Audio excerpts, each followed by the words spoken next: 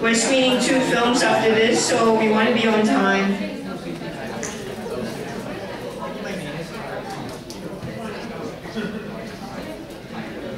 So can we have a bit of quiet so we can introduce the speakers? Thank you. Okay, this is our practitioners panel on sound and editing film, and we're very, very happy to have with us Corinne de San Jose from the Philippines, and Luka Kuncevic from Croatia, but who's been living and working in Malaysia in KL for 10 years, and Chatametikool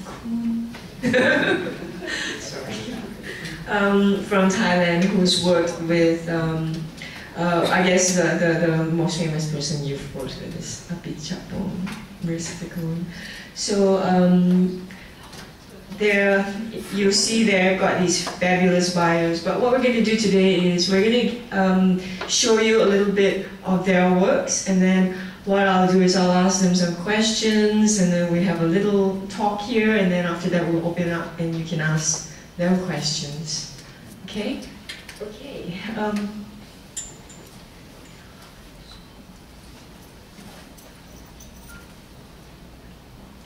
Okay, this year's conference theme is Time, Space, and the Visceral, and we'd like our film practitioners to address this theme by focusing on how sound, music, and editing help to contribute to the film narrative. And both these aspects are crucial in supporting the director's vision and shaping the narrative, though they are overlooked elements in the study of Southeast Asian cinema so far. So sound and editing contribute in building mood, setting the pace, directly manipulating time and space and our senses. But in a way, sound, not just visuals, round out the visual quality of cinema ever since we moved to talking pictures. It's also often said that if the sound and editing departments perform well, that these elements will go unremarked. It's only bad sound and bad editing that invite comments. With that in mind, we'd like to rectify this by inviting 3 panelists today. Editor Chatametikool, sound designer and music composer Luka Kuncevic, and sound designer and sound editor Corinne de San Jose. And I think you all do a little bit of a lot of different things in your work. So maybe sometimes, first of all, could you say a little bit about how you ended up in this profession? Did you pick it or did it pick you?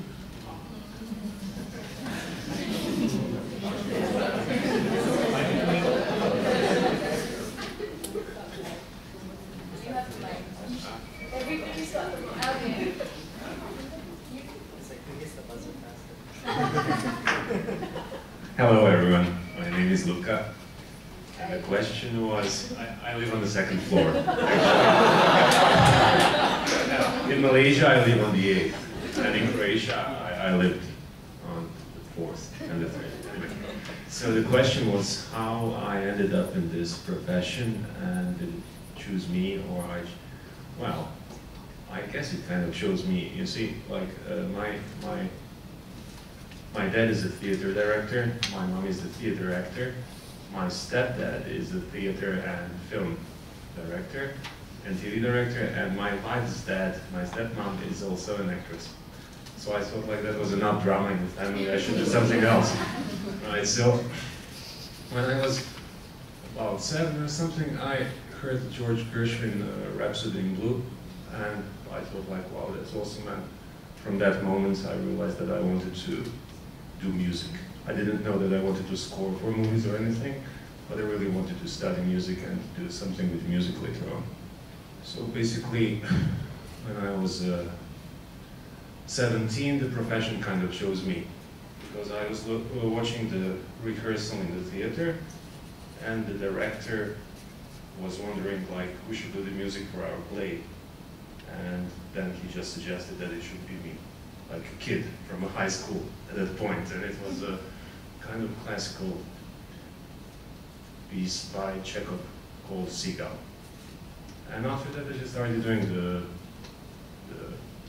theater plays and films and everything, and 25 years later here I am. Yeah. So that's how it happened. Yeah, I stumbled into it. I have a bachelor's in communications, so I had a very vague background. I thought I wanted to be a filmmaker and direct or write, and then I also was doing photography. But when I graduated, I didn't know what to do, so a friend of mine who's a musician said, they're looking for trainees for this post-production house who specializes in commercials. And I was broke, so I was like, okay, sure, whatever. So my students listening to this. so I tried it. I didn't even know what the work was about, but they trained us there, so I had no background in sound whatsoever. And that's it, I guess. And then I had friends who were filmmakers, and they didn't know anything about sound. And I was the only person they knew, and they would get me to do their films, the short films in the beginning, and then later on feature films. And then I loved it. I actually loved it more than my real work. So there.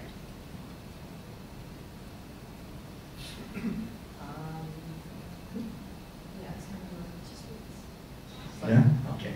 Yeah. Yeah. So I guess for me, it kind of, I guess it's a little bit of both, like choosing editing and editing choosing me.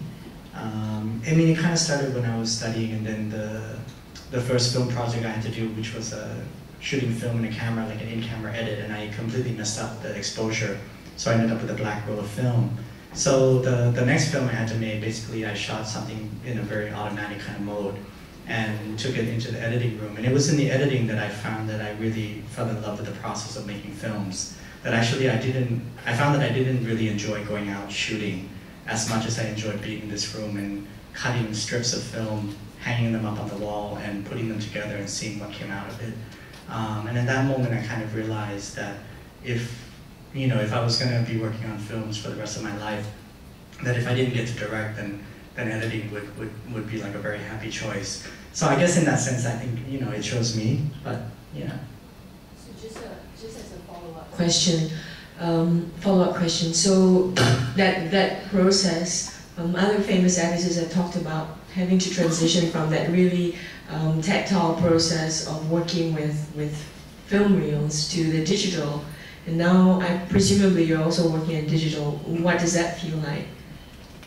It's still quite natural because I think, like I'm very lucky, I think that I was studying when we still had the chance to actually edit with tactile film.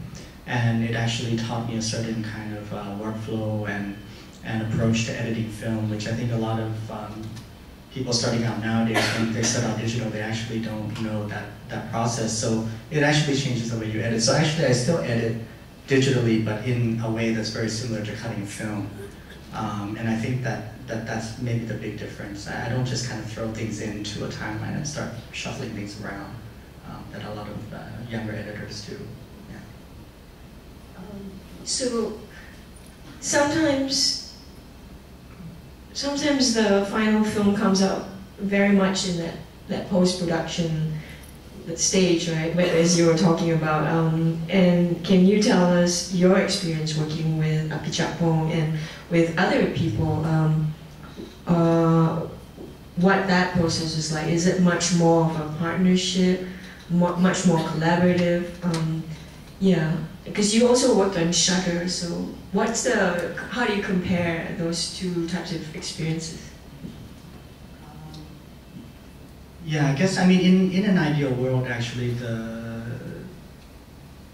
the relationship between the director and editor should be a partnership, it should be a collaboration. It doesn't always work out that way.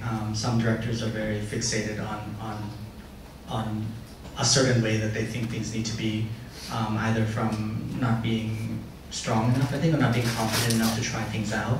And certain directors are actually very generous and very open to things. And actually that's the big thing I learned from Apichatpong in the process of working, is that he's actually never afraid to change things. He's never afraid to throw out a scene that was very hard to shoot, that was very expensive to shoot, that was what was supposed to be the core of the film. And I think that's really important in working with him, is that I learned that, in the end, it's the end result, like the final meaning of the film that counts. And you have to kind of work towards that in this very systematic process. Of all the films we've worked I've worked on with him, I mean, there's actually not a film that's exactly the way the script is.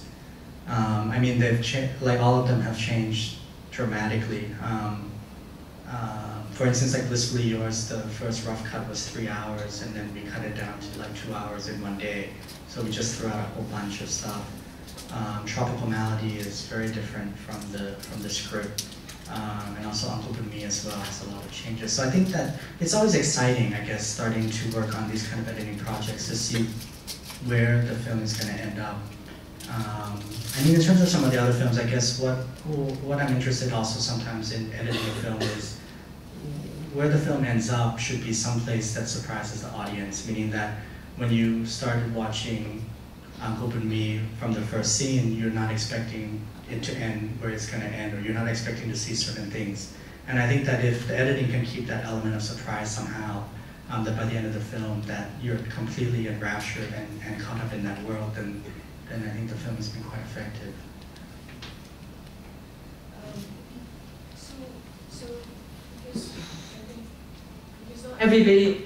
Because not everybody here would have seen some of the films you've worked on. Maybe now is the time we'll get you to show your clip and maybe talk a little bit about the work that you've worked on. Maybe Luka, we do the same order. Okay, so shall we play the clips? Yeah.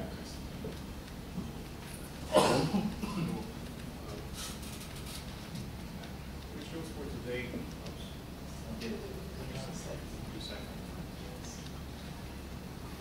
Hello. Cool. So I will just show a few trailers of some movies that I worked with, because we don't have enough time to show the scenes.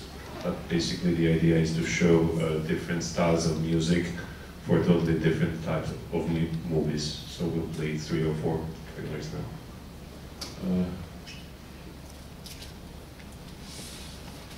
So maybe we can play Amir and Lokman first. That was Mohammed Khalid's movie, done in 2000. Yeah. Amir and Lokman by Mohammed Khalid.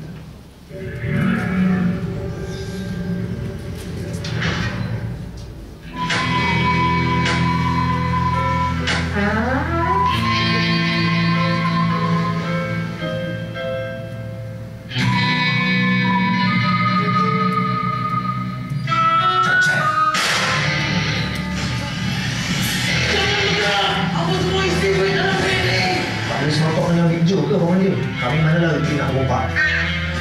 Aku dengar seorang jangan. Anda kat mana? Kita sedar 90,000 troy untuk bayar aku, bayar hang, kita belah. Kita buka kafe tepi laut.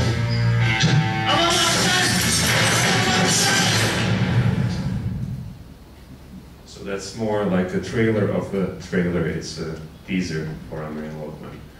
It's a local movie which I really loved because in my opinion, it was like some combination of, like if you try to marry together the Pulp Fiction and Dumber and Dumber, but in Malaysia, right?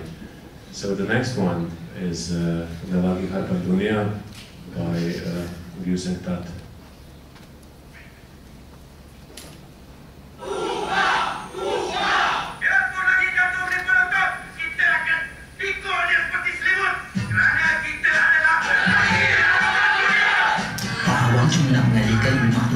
Ke kampung tuan perempuan ni. Mula-mula kita sentuh rumah tu je, dah macam-macam hal jadi kampung kita ni. Hari pertama yang kita pergi rumah tu, kan dengan apa dia cerita? Sekarang ni pula anak si Kamis. Musik sembilan tu. Wan nampak benda tu sampai tersampuk. Apa? Jadi dia hitam, badan dia berminyak. Orang minyak tu keluar waktu malam. Dia merokok orang perempuan. Habiskan aku batu kat rumah. Mak aku. Tentang minyak homoseksual. Inilah antara sebab kenapa kita mesti hancurkan setan tu. Segak habis-habis terus. Segak macam main bola.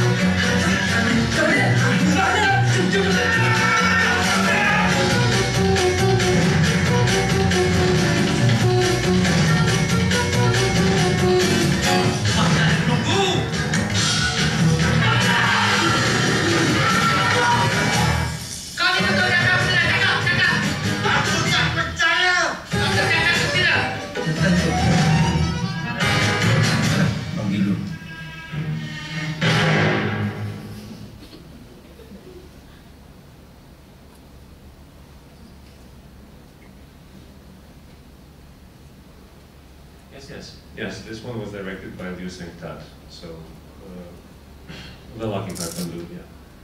The next one is Police Evo by Gaz Abu Akbar, right? Aku dapat call dari Terengganu. Dia orang menuju mayat. Mayat itu penuh dengan sejenis sapu pokok dia. Siapa mengaku? Belum pasti lagi. Tuan Jeneral, kasih usaha saya. Hemat ini kat saya, dia akan tahu tuan dan bantu kita dalam decision dia. Dengan cerita ini macam tiru sangat tuan. Pokoklah tak apa-apa lah semua. Aku dah kisah dia super cop, superman ke super apa benda. Saya dah belok sini, dia orang tak tahu. Ini yang akan di nombor 2. Cuba tengok balik, saya sama. Sesuai dengan.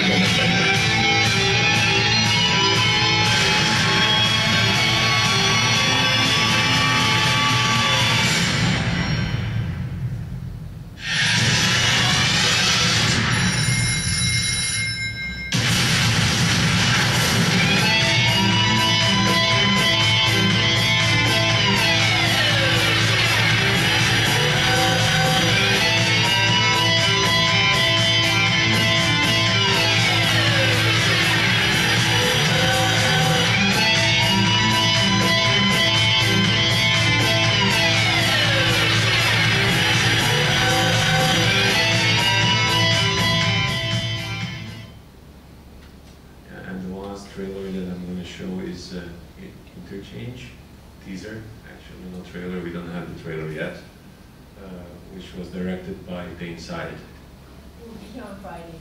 Tomorrow.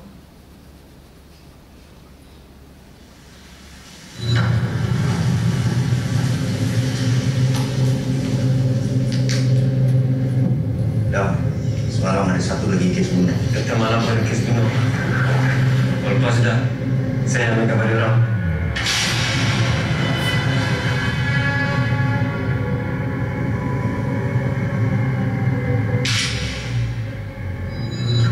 You're on your path for your next victim. Maybe we should work together.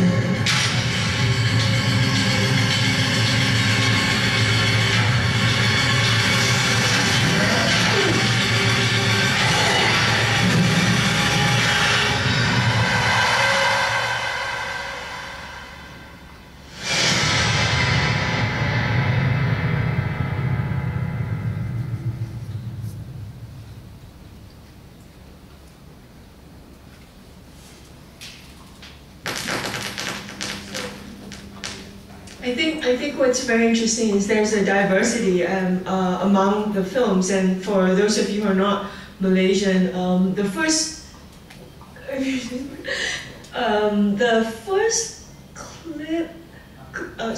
is Amir and Lokman goes to the sea, and Mama Khalid is somebody who works in the mainstream film industry, but oftentimes does these films, they're comedies, but they're actually parodies as well.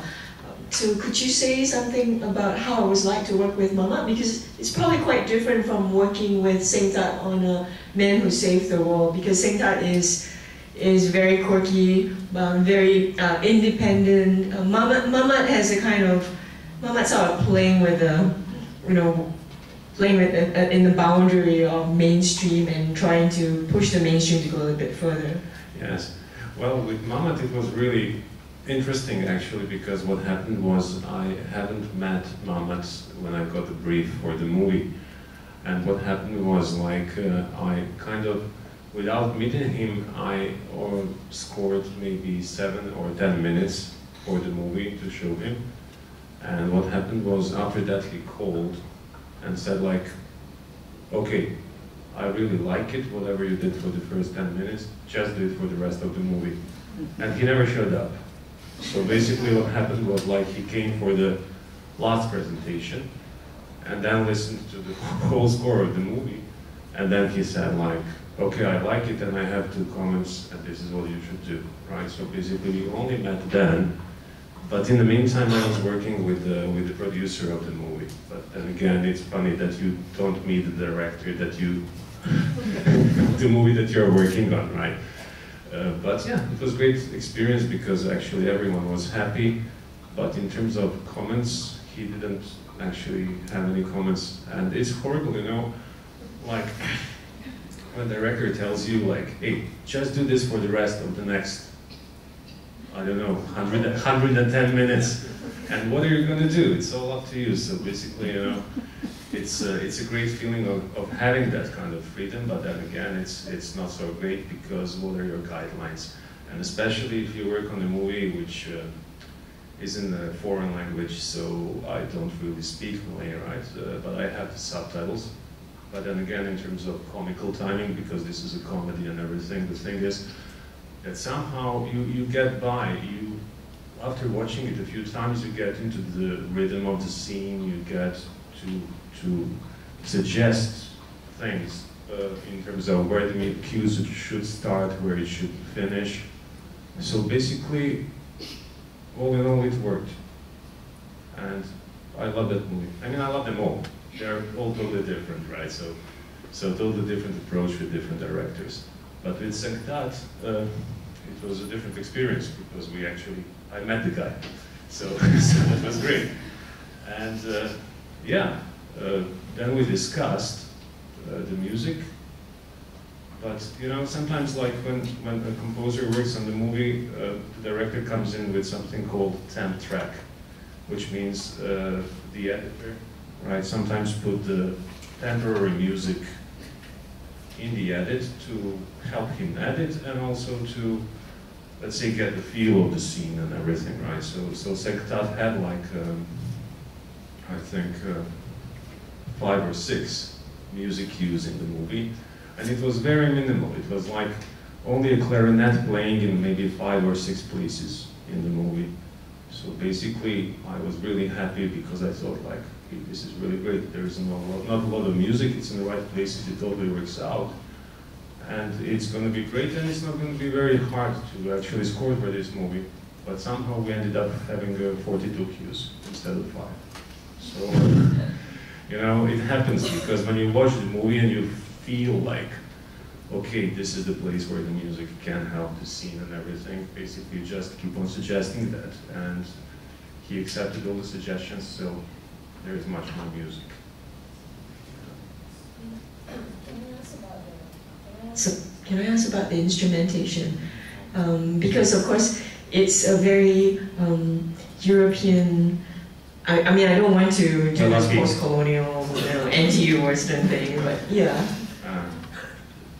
Yeah, I mean, it's a process, right? I think that each movie should have its own unique sound and sound character.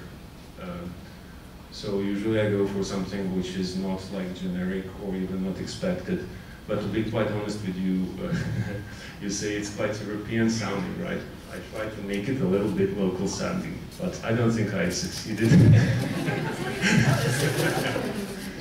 No, well, I mean, okay, trailer actually does sound a little bit European and quirky, you know, and it has elements from different parts of Europe as well, and some elements of the Eastern Europe as well, but nothing really obvious, right? But in the movie, I also played with different instrumentation, you know, so I tried to include some local percussion, right? But that's different. The score for the trailer is totally different from the score in the movie, so feel is the same, but instrumentation is different.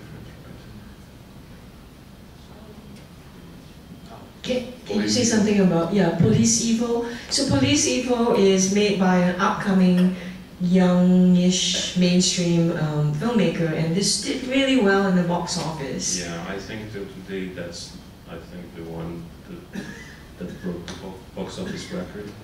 So it's still the highest box office success movie in Malaysia. So yeah, I mean, that's totally different because basically that is like a local blockbuster movie. And it's a great movie. I mean, the production values on the movie are I think they really try to push the limits, you know, to push the threshold of the quality in every aspect, technically, right? But also, I think, you know, the story level, it really worked well. Although it's not, you know, it's not something that tries to be new or experimental or something. It's a formulaic in the best possible way, right? So it really works. But working on sound for that one, that's again totally different because, well, there's a lot of things going on, and it's a full-blown orchestral score for that. And I think for that one, it took a long time to do, and there is about 115 minutes of music in that movie, which is quite a lot. Yeah. And Interchange, also again totally different. Working with Dane is a totally different experience because we spend a lot of time talking. So unlike with Mamad Khalid, you know, which I don't get to meet, like with Dane I spend like sometimes 12 hours talking and listening to music. And that's really cool.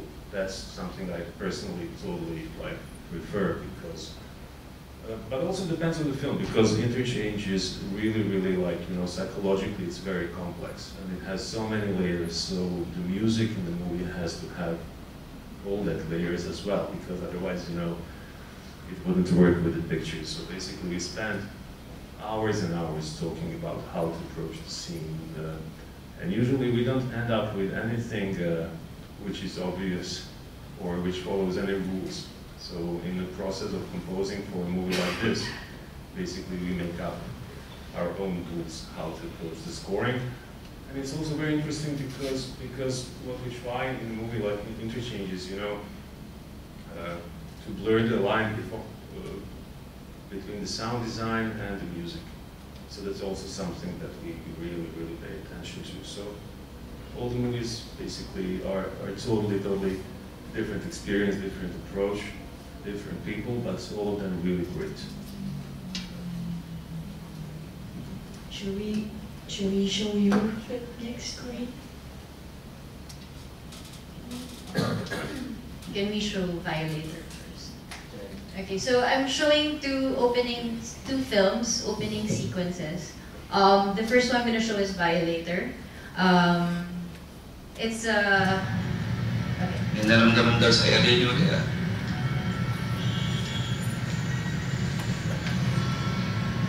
Yung ilaw ulit sa telepono. Keyboard naman ni Nika.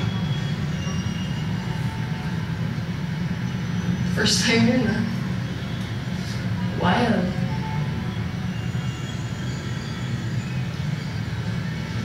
Balita ka na.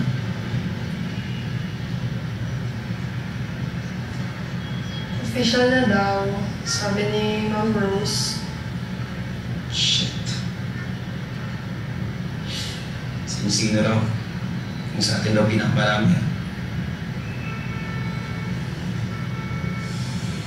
No idea. This week daw announcement. Safe ka naman siguro. Ang safe sa matanda pag di mo upak na.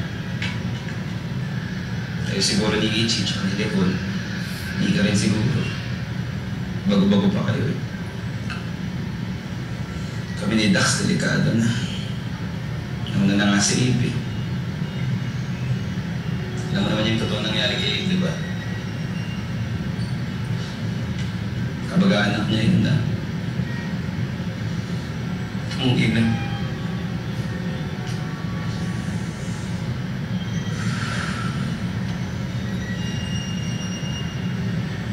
Maging naman ata.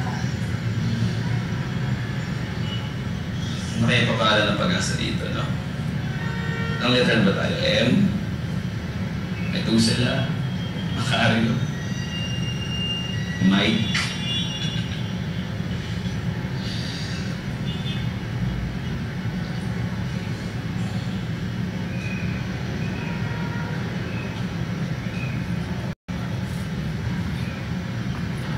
siya. Hindi ko matik yung nag-tip ko eh. Naamoy ko na yung sarili ko. Mabag na lang, sorry ah.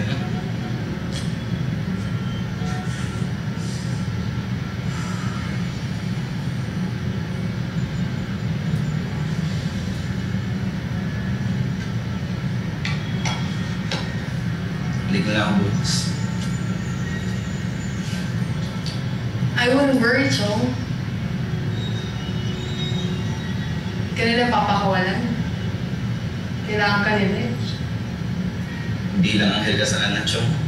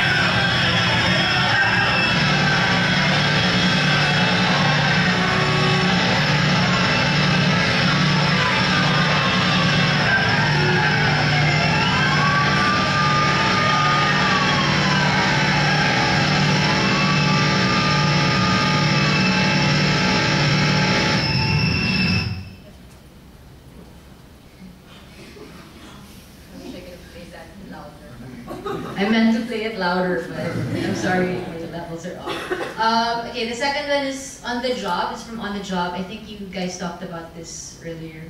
Yeah, it's by Eric Manti.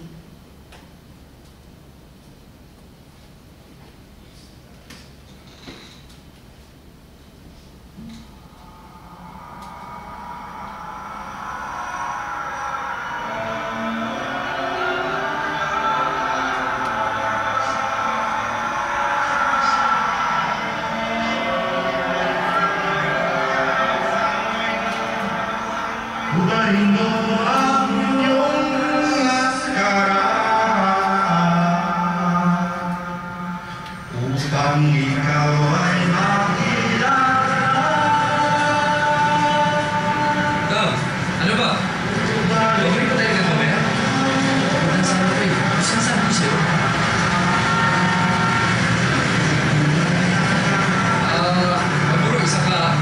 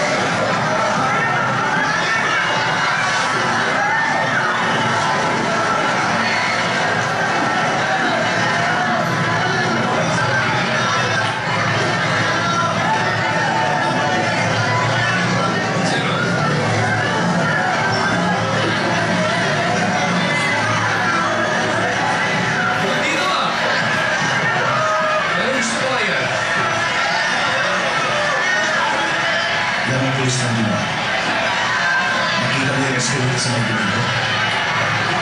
Nakita mo yung screen mo kanina. Sakto ba?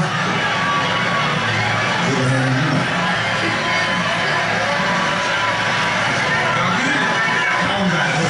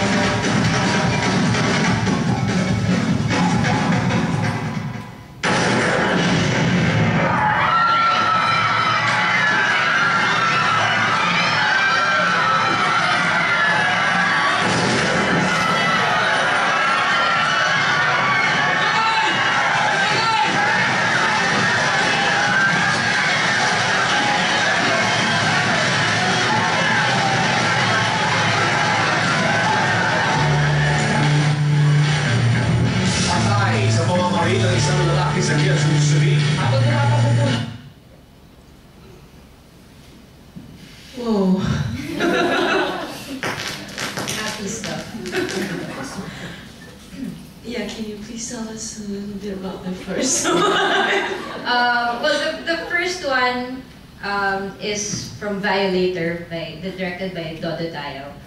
It's about a group of policemen who were stuck inside the police station for a whole night during a really strong typhoon. And I love that the opening sequence appears to have nothing to do with the plot of the film, but it's like a mood setter. So yeah, and then I brought that because it feels like the opposite of the On the Job clip, because it's quiet and it's mainly me playing with ambience, which is something I do quite a lot. I manipulate the ambience and I play with it and treat it like a score. So there. It's very effective because they talk about a storm coming, and then you just hear this ambient sound getting louder and louder. Yeah, so yeah, that was the idea, and then in the end there's just chaos in the end and a drone that I just put there for, yeah. The second film, there's so many layers of sound. Can you tell us how? I mean, it feels almost like a Briante Mendoza kind of thing, but it's not, right? I mean, when you just sort of go into the crowd, and how did they set it up? If you know anything about that, and then talk about how you do the layering of the sound. Yeah, most of because there's music from the Fiesta band. That's all live sound, which I edited. The editor tried to edit it to the beat, but of course sometimes it would go off, so I tried to do some adjustments. But it's really not that noisy, of course, when they shot it. But we still had to dub over the dialogue. There's a lot of sound because I feel like that's how it really is. When you join a fiesta in the Philippines, it's always claustrophobic, it's very crowded, and it's frenetic. So that scene took a long time to do because we were not sure exactly how noisy and how busy we wanted it. So in the end, we just dubbed the dialogue and the what else? Yeah, that's pretty much it. It's just the balance between the crowd and the fiesta band playing, the Ati-Atihan band. Can you say also about how Luka was working with different directors and what about your experience? It's been very interesting. I've really enjoyed working with all the directors that I've worked with. Eric Matty is very hands-on. He's there, not the whole time, but pretty much after I've done my first pass, he is a nitpicker. So, which is good. He really, really knows what he wants. And after a long time of working on a soundtrack, me as a sound designer, I tend to lose sight of the big picture. But he was there to make sure that the entire story was still cohesive and we're not really distracted by the little details. The other directors, Can de la Cruz. Can is so. Well, when he briefed me about, because I did Mondo Manila. Yeah. He revised it after I did the first one. I did the second one. I think he. Because he kept editing and he kept getting bigger and bigger. So the second one was the one I did. Funny because I asked, what do you want? And all he said was wazak. I don't know if you're familiar. It just means crazy, parang, or yeah, crazy or sick. That's all the briefing that he gave me. And then, so I did my thing, and I gave it to him, and then he said, mas wazak pa, which means crazier. That's it. As a second pass, and then we got it eventually. But that's it. Otherwise, he's not really around that much for the middle part of the process, just for presentations. The same with Lav Diaz. He is one of the coolest guys I've ever worked with because after I showed him my first pass, and at that time, I actually worked also from my bedroom. From my bedroom, the first pass, because we didn't have a lot of money, so we couldn't be in the studio the whole time. So the first pass is just a stereo mix, which I do in my own workstation at home. And I had to present to Lav Diaz from my bedroom. So anyway, so after I showed him the whole 4 hours, the only thing he said was rock and roll. So like, oh my god, this is the coolest guy I've ever met. So there. So it's different. Every director has a different style. So the rock and roll, between the rock and roll and the wazak. And then the Eric Mattis who are really like super attentive to every single detail. So I learned a lot from each of them. So what was I going to say? Do you guys have questions for each other?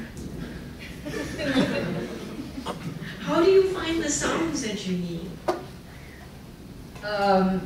Me, especially with OTG, with On the Job, because I love Manila. I'm from Manila and I love that city. And the place, Binondo or Chinatown, is one of the places I love. So I was inspired by that.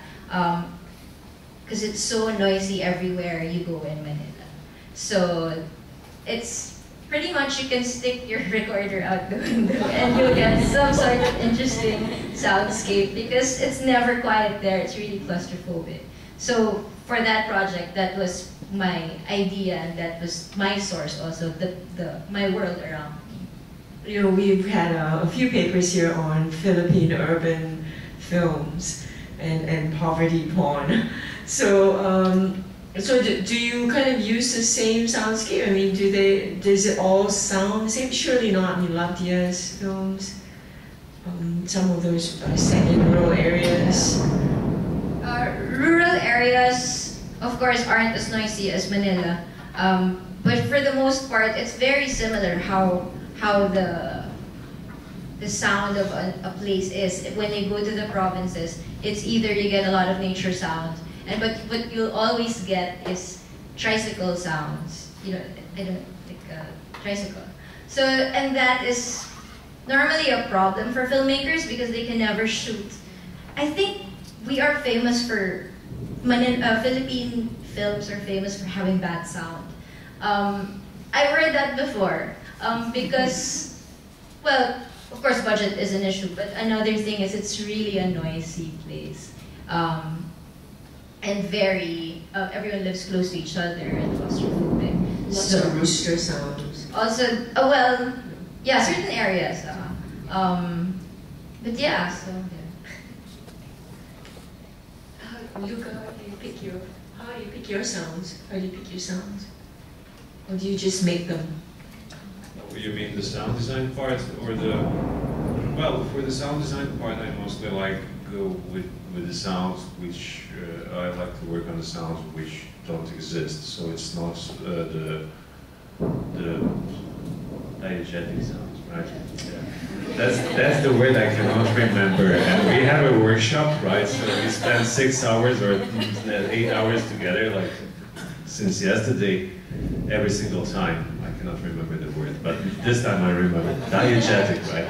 Yeah. So usually, you know, like before I worked in audio post-production companies, so all these diegetic sounds were done by the other guys, and I would come in at the stage of a final mix. So basically, I would be putting all of that. But when there is a need for something more complex and something which is hard to describe with words or everyday sounds or something, then I just like basically follow my gut feel, you know, and start adding whatever I feel is right and experiment.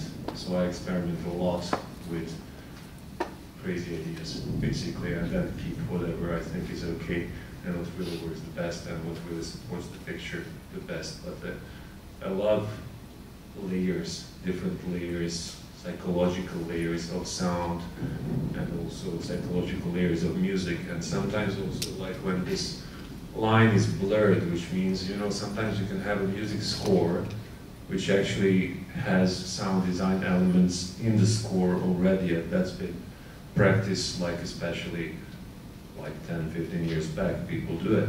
So you hear the score, but then there are the sounds which are not musical but more sound designish, but they are part of the score already. So that's basically what I love to do the most. Make the music score and then enhance it with something which is a part of the sound design, but treat it in a musical way. Do you, you know, I guess you have to be very attuned to sound as you're just sort of walking around.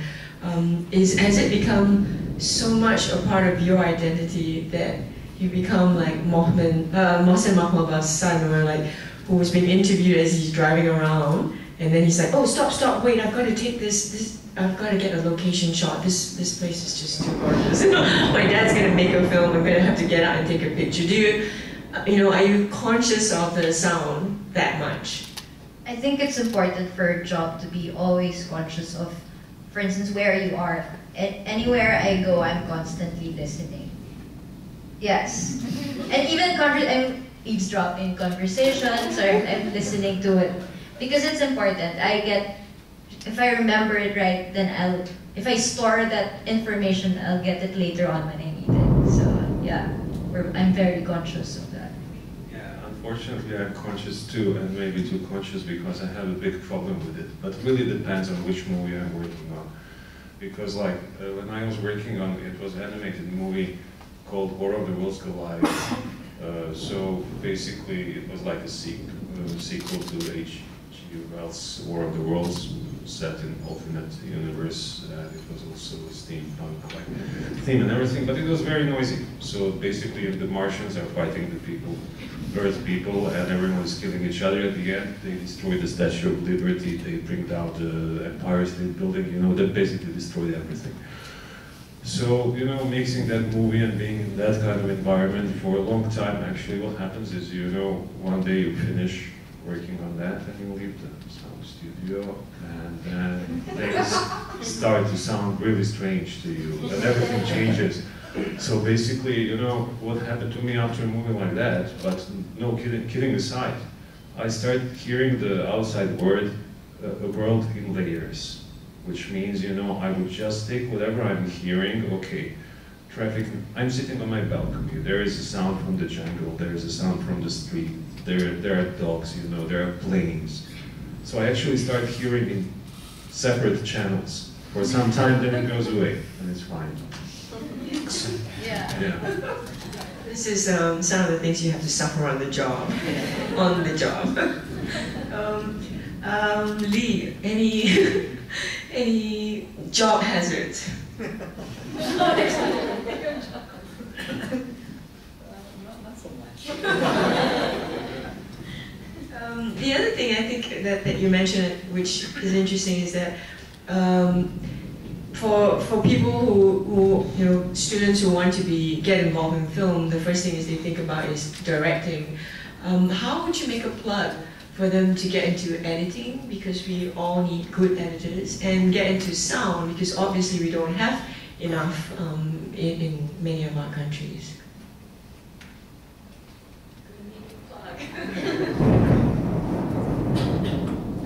I mean, I guess the advantage of being the editor is that actually, if you want to be close to the director, that's probably the closest you're going to be out of all of the positions. No, because even the first assistant director is not sitting next to the director. The first AD is on set, and the director is usually by the monitor. So actually, like, I mean, for me, editing is very intimate. Actually, like, it's a very intimate process, because directors, like, on set by nature, they kind of have to be a little bit overconfident and a little bit kind of jerks to a certain extent, and they can't really admit so much that they're wrong all the time because of the pressures of time. And it's not until the editing room that I find that a lot of them actually, like, become more human. And they start to confess, like, well, you know, I didn't really do a great job that day, and you know, this footage isn't the way I thought about it, and stuff like that. So it becomes a very intimate relationship of trying to kind of rescue their vision of what they wanted the scene or what they wanted the film to be, and to really work through it in a methodical kind of way. Yeah. So I think as an editor, I mean, that's really what you gain is that intimacy. Yeah. Is it also suited to particular personalities? Like, if you're not a very sociable, if you're slightly socially awkward, you could just sort of stay in that room? Well, you think so, but actually, to be honest, it's not true, because I think that as an editor, actually, like, if you don't have a certain kind of EQ to communicate with the director, it's not, I mean, like, you can be an operator, but you're not actually going to be able to edit the film, because I find, actually, to a certain extent, I mean, I do have to psychologically manipulate the directors to a certain extent to get certain things the way I want them to be, because you can't just kind of, like, hit them against the wall and expect them to change their minds. So there's a lot of kind of, like, weaving back and forth and discussion in a way that kind of, like, incepting ideas into their heads so that they believe that they come up with them themselves and things like that. So I think that if you're, like, a socially inept kind of person, like, you're not going to be so successful to do that. You don't have to see everything. There's no directors here, it's okay. So we've got about 10 minutes left. We should show you a clip. Okay, sure. We can show some. Because the part of what I wanted to mention, I guess, was a little bit of idea of unintentionality. And because you were talking about, like, kind of digital editing, and I think the thing I like about digital editing is that there's a lot of room to make mistakes. Sometimes, like, this ends up next to this picture and something interesting comes out, or oops, the sound slipped out of sync somehow, and, like, oh, the music here is kind of cool. And I try to kind of really keep the space open for these kind of accidents to happen. So I thought I'd show these. So in the process of that, what I kind of do with editing sometimes is kind of like a mood and tone, which is putting random images together. These are actually trailers, but it is kind of like in a similar idea to that. So if I can start with the syndromes and a century, the one in the middle.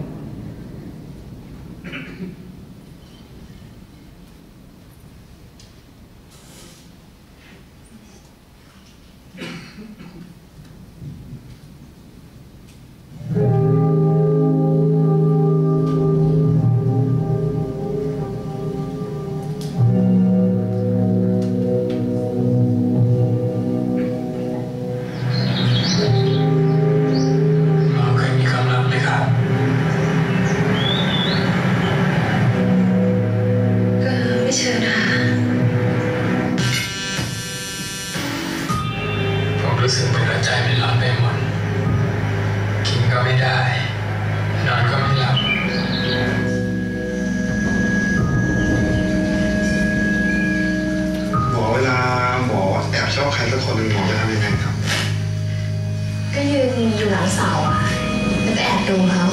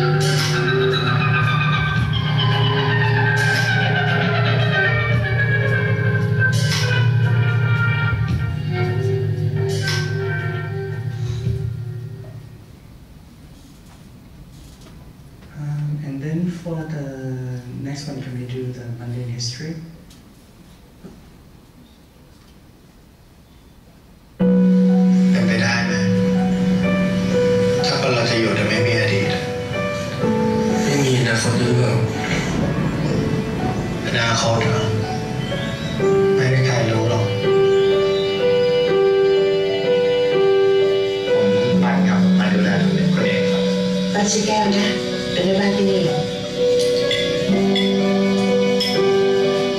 อันเป็นกรุงเทพเหรออ๋อเปล่าครับผมเป็นคนแพร่ครับบ้านมาจากวันไหน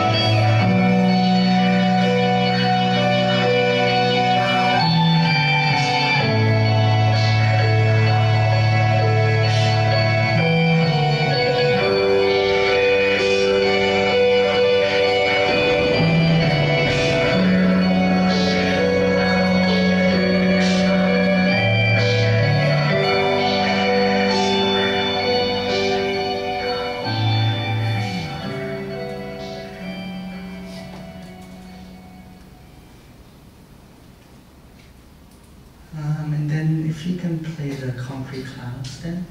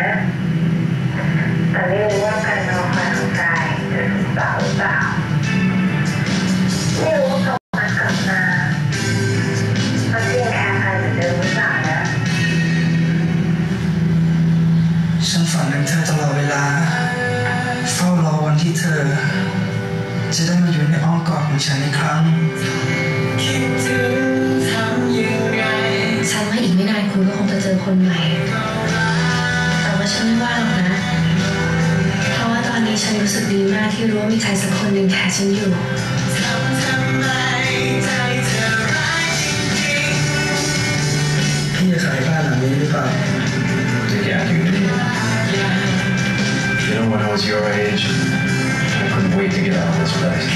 The states could be good green. นี่มันอาจจะดูโล่งๆหน่อยนะต้องใช้จินตนาการนิดนึงเดี๋ยวตรงนี้เนี่ยจะเอาโซฟามาวางแล้วก็มีโต๊ะสวยๆ1 อันตรงนี้มันรู้ไหมว่ามันเป็นความฝันของใจเลยนะที่จะได้เห็นคอนโดในแม่น้ำอ่ะ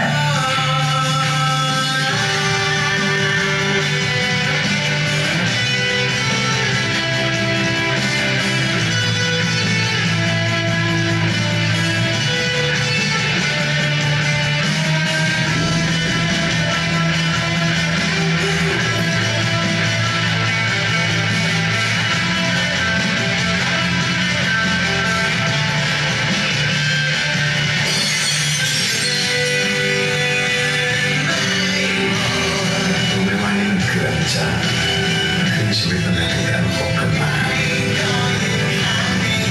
เราอยู่คนละโลกเราอาจจะยังเป็นแฟนกันนะจริงๆตอนเนี้ยเราก็ควรจะยังเป็นแฟนกันอยู่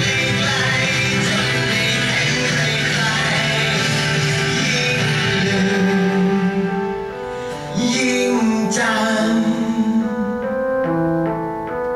ลืมเธอไม่ลงเท่าไร And then just the last short one, just because the cemetery split, this one actually is not edited by me, but by Abhichapum. So I think it'll give you an idea of the idea of the visceral, I think, in his films from this one.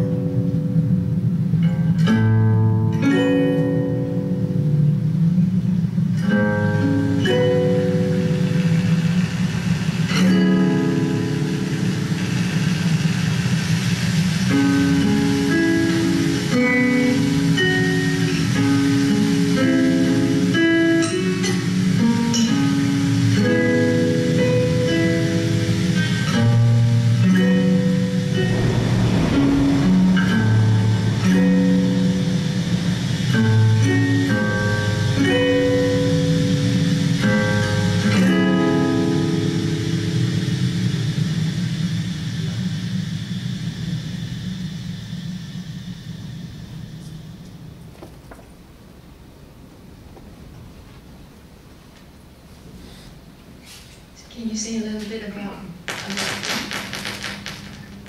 Can you say a little bit about the film? Yeah, because actually I decided to show it in chronological order. Probably made the most sense. Because the first one, Syndromes in a Century, because it's a film, most of the films are structured in 2 halves. So it's kind of a way of working through that structure of these 2 halves. And with Syndromes, I was just playing around with kind of the footage within the film to see what out of this track. A lot of it is, I guess the reason why I showed it is kind of like this process of working. And sometimes a lot of it has to do with happening upon some kind of like track of music that's quite interesting. Like for instance, in Mundane History, it's actually a Malaysian band called Furniture. And I was driving one day and the track came on my iPod and I was like, oh, this is kind of a nice track. And I listened to it with the director, Anucha, and then I was like, I think this track works for the film. And the film is kind of about these cycles and these loops and the sound. The song is a post-rock song that kind of has this loopy kind of feeling to it. And ended up working, so I ended up editing, using it for the trailer as well.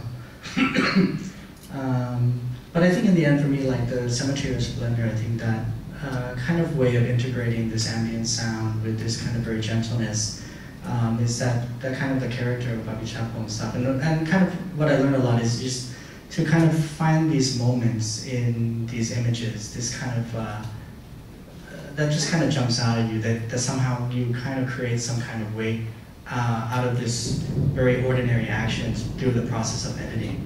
And the process of these very mundane images of her just looking up at the soldier lying in the bed, or the back of two people sitting by the lake. And somehow when you assemble these disparate images together, you can create this emotional impact for the audience. Yeah, because that scene actually stands out because it's almost like you notice the movement because all the rest of this sort of stillness. Never mind the fact that the other trailer we saw, there was a lot of movement that we didn't notice because they were all moving. Yeah, we've got time's up. Our time is up only because we've got 2 other films to show, so we can't kind of run. We've got to take them to dinner. Can we thank our editor and sound designer? Thank you so much for coming. So we have a quick break? No. Do we have a quick break? Oh no, we just go straight into the film screening. We're going to set up for the Oak Park story and prologue to the great. This